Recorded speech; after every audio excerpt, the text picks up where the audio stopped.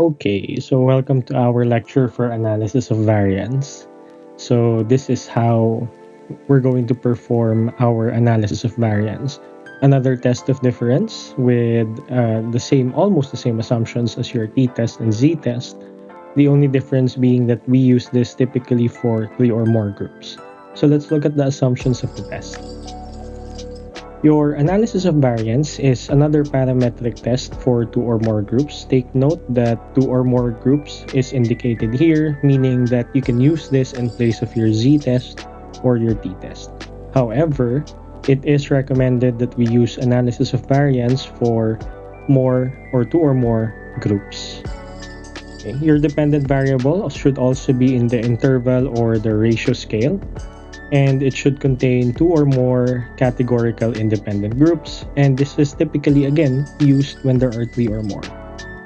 And there should be an independence of observations, meaning that if you have 3 groups, they should be exclusive of each other, meaning that if you have 5 samples from group A, you should also have 5 or another few samples from group B and then another from group C, totaling 15.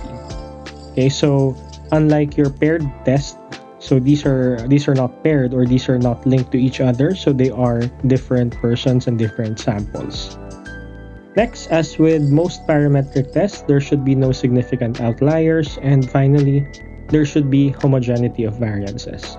So when we say when we use analysis of variance, we typically check for the assumptions. However, analysis of variance is mostly robust to violations of these assumptions. So meaning that 1 or 2 assumptions of these listed above could be violated, whereas your last assumption, there needs to be homogeneity of variances. This is one of the more strict assumptions of analysis of variance. So typically, if you violate the assumptions of homogeneity, you would opt for a different version of analysis of variance, or ANOVA. You could use the Welch ANOVA, or you could even use a non-parametric test. Okay, we test this homogeneity of variances to what we call Levene's test. Okay,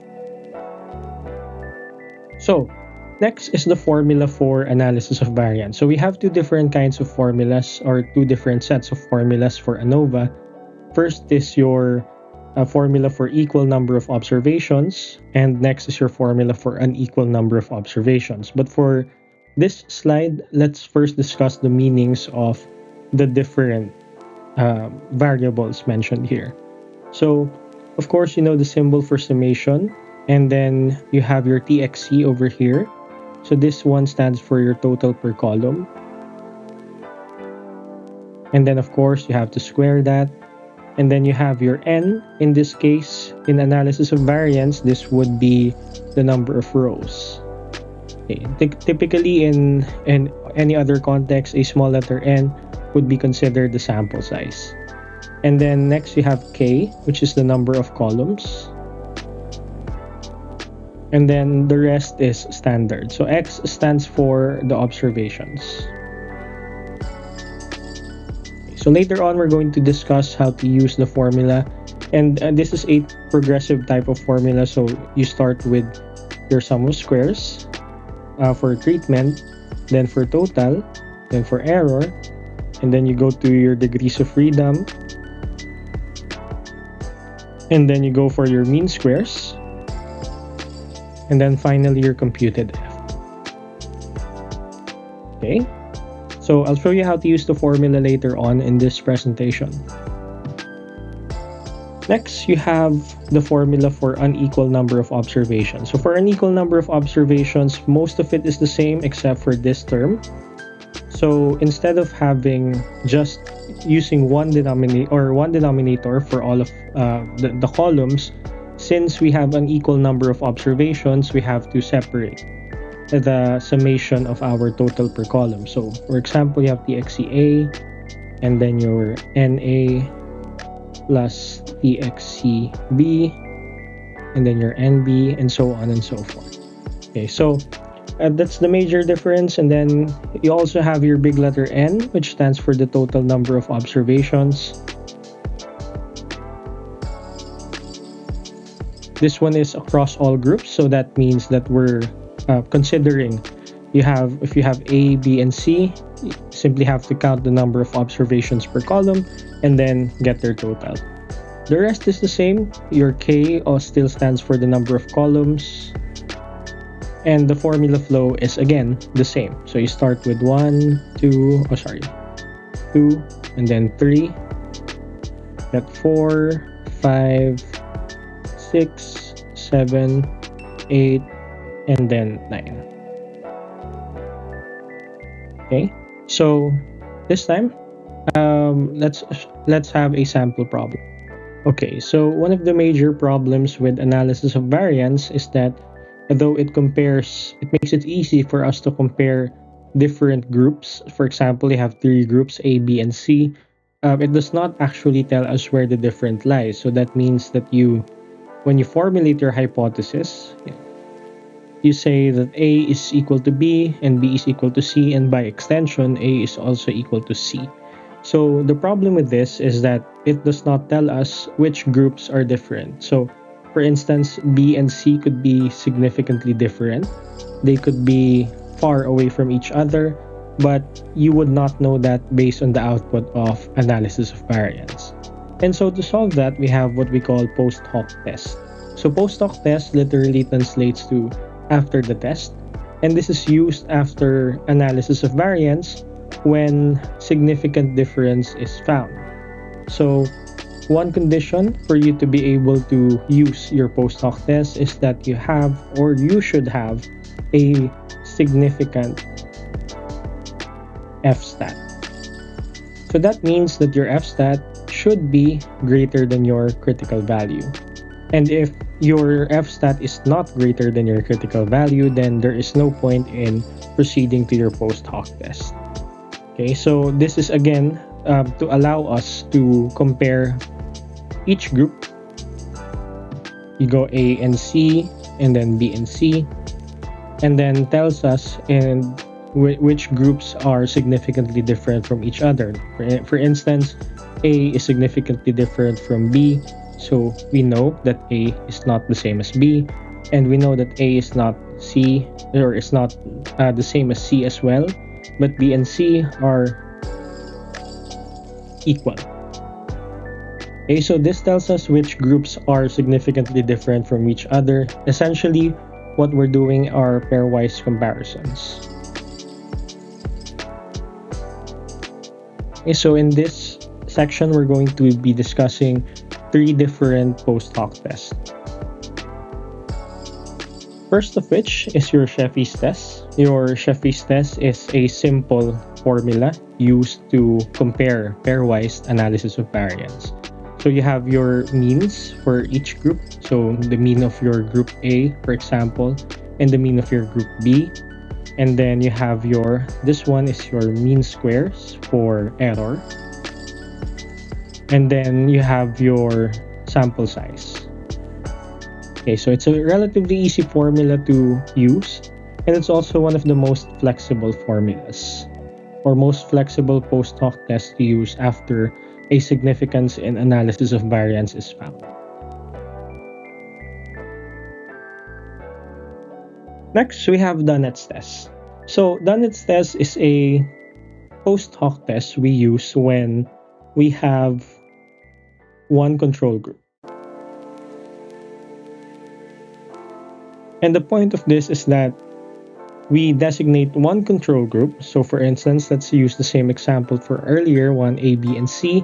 And then we designate our group A as our control. So that means that since you have your control group, the only important comparison between the different groups is between A and B and A and C. So your Dunnett's test no longer is interested between the comparison between B and C, since they are both designated as experimental groups. Okay, so this is just one use case of your Dunnett's test. But remember, when you use Dunnett's test, we use or we designate one group and then we compare the rest of the different groups with that designated group. Next, you have two keys honestly significant difference. This is mainly very similar to your Sheffie's test in that it is flexible and that it has many applications. But in the context of analysis of variance, two keys honestly significant difference is another pairwise comparisons between groups. So if you have three groups A, B, and C, it's going to compare A versus B, A versus C, and B versus C. Okay, so when you use statistical software, this is typically the preferred post-hoc test for analysis of variance since it also compares your AB, AC, BC, and then it's also going to compare BA, it's going to compare BC again, or CB. So it's going to compare all the different combinations of your three groups, regardless of whether it's a repeat test or not. Now, let's have an example problem for analysis of variance. It says here, compute for the ANOVA of three different sections to determine if there is a significant difference among their first quiz scores at 5% significance. So you have A, B, and C. You have three groups, three independent groups. And we're going to assume that all the assumptions are met, that the data is normally distributed, that the variances of these three groups are equal, and we're going to also assume that there are no significant outliers. So we're going to test this at 5% significance. Okay, so since our ANOVA formula is a progressive formula, we're going to start with box. But before that, we're going to first set up our computations. Okay, so for our significance level, we're going to be using the F table. So this is specific for the F distribution at 5% significance. There are tables that are or that feature the critical values for 0.01 and 0.1. Okay, so we're going to look for our critical value later when we have our degrees of freedom, but for now, know that we're going to use the F table. Next is for us to determine the tails of the test. When we write our hypothesis, it's going to be A is equal to B is equal to C. So there's no significant difference among the group quiz scores of the three groups. And of course, our alternative hypothesis would state that A is not equal to B and B is not equal to C. Okay. So a hypothesis like this would mean that we're going to be using a two-tailed test.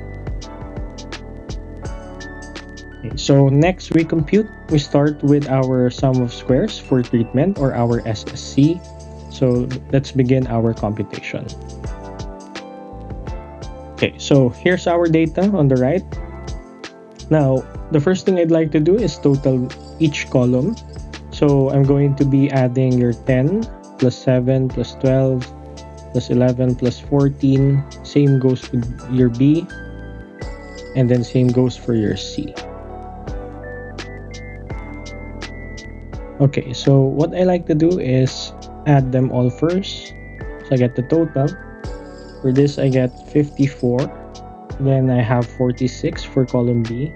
And then for column C, I get 49. So this is going to be your TXC. But our formula states that we have to square our TXC. So this will be another row for your TXC squared. If you square each of these, you're going to get 2916 for column A, 2116 for column B, and finally 2401 for column C. And then simply total them up, you get 7433.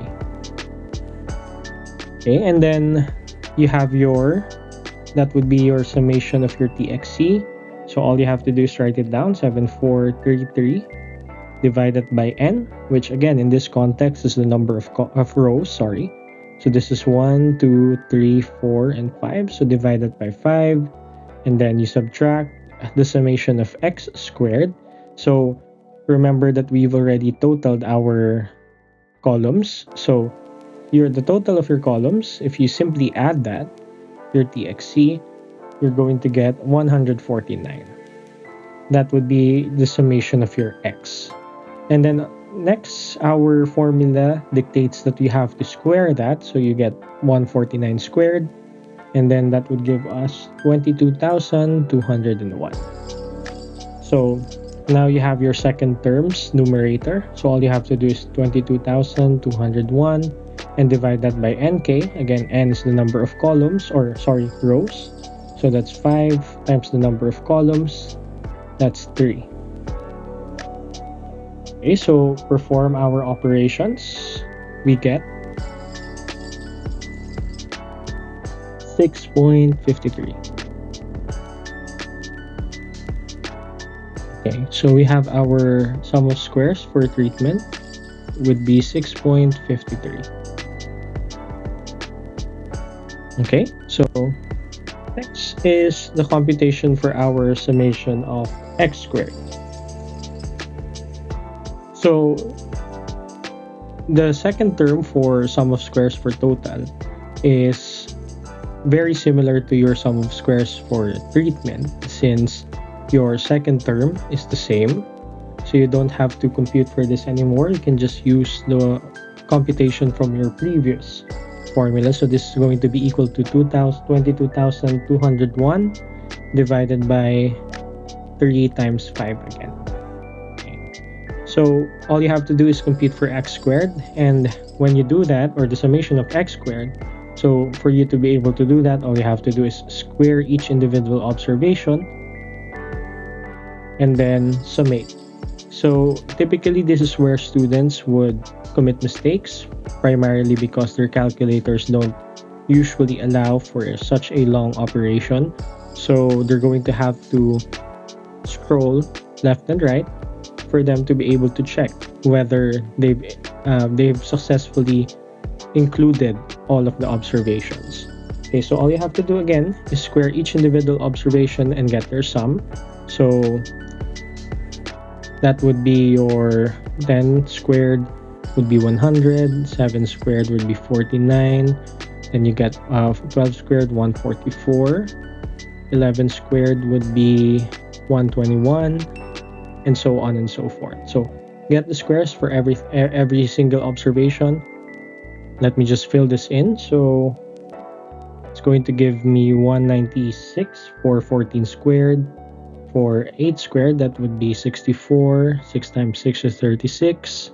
And 11, another 121. You get 9 times 9, 81. Another 144. Another 81. 8 squared, give us 64. 81, 100, and then 169. Okay, so all you have to do is add everything. So if you get their sum, that would come out to about 1,551. Okay, so now you have your summation of x squared, simply 1551 minus the same term earlier, so that's 22,201 divided by 3 times 5, and that should give us a total or SST of 70.93333 and so on. Next is to compute for your SSE, or your sum of squares for error. All you have to do is subtract your SSC from your SST. So again, your SST is 70.93, and then minus your SSC, which is 6.53. You should get an SSE of 64.4. Okay. Next, we compute for degrees of freedom. So k minus 1 is simply the number of columns minus 1. Since we have 30 columns, that we simply subtract 1. We get the numerator of 2. For our denominator, that's k times the quantity of n minus 1. N is the number of rows. So since we have 5 rows, subtract 1, and then multiply it with your k, which is again 3, you get the denominator of 12. Next, for your total, that's nk minus 1. So n again is 3.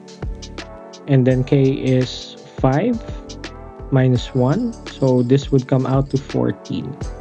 So your degrees of freedom for total is not really something that we use in the computation, but we simply use it to check whether your numerator and denominator is correct, because if you add 2 plus 12, it should come out to 14. Okay, so next, all you have to do is get your mean squares, substitute our values. Your SSC again is 6.53 divided by your degrees of freedom numerator, so that's 2, and then your SSE is your 64.4, and divide that by your denominator, which is 12. Okay, so again, perform the operations. You should get a mean square of 3.26667. And then for your mean squares for error, you get 5.366667. Okay, so now that you have your mean squares, all you have to do is divide them to get your f-stat. So if you divide them, you get 0.61. This is rounded off to 2 decimal places. And then we can proceed with our conclusion. Okay, so our critical value is, let's say, over here. Now, we were not able to include the critical value, but I'll show you how to do that later. And our 0.61 would most likely be here, which is, again, within the area of acceptance. And so, our decision is going to be to accept our null hypothesis. Okay? Next, finally, we conclude where we can say that since the computed f-stat is 0.61 at degrees of freedom numerator at 2 and the f denominator at 12 at 5% significance, with critical value. Again, we haven't taken the critical value yet, but this would be based on your degrees of freedom numerator for our row or our top header, and then degrees of freedom denominator for our first column, for our stub column. And I think, if I'm not mistaken, your critical value should be at 3.89. So 3.89, then since the f-stat is 0.61 at degrees of freedom 2 and 12 at 5% significance with critical value at 3.89, thus the null hypothesis is accepted. Therefore, there is no significant difference between the scores of the three groups. Okay, so it's as simple as that. Analysis of variance is a lot easier than t-test in my experience and in my observations as well. Okay, so hopefully you learned something new, and hopefully you learned how to use the formula for analysis of variance. Now, take note that this is just the handwritten computation for equal number of observations, and you should definitely look into the formula for unequal number of observations. But again, the only difference between that formula and the formula that we learned today is that you have to separate the summation of the total per column. Okay, so thank you for watching, thank you for listening, and I hope you learned something new.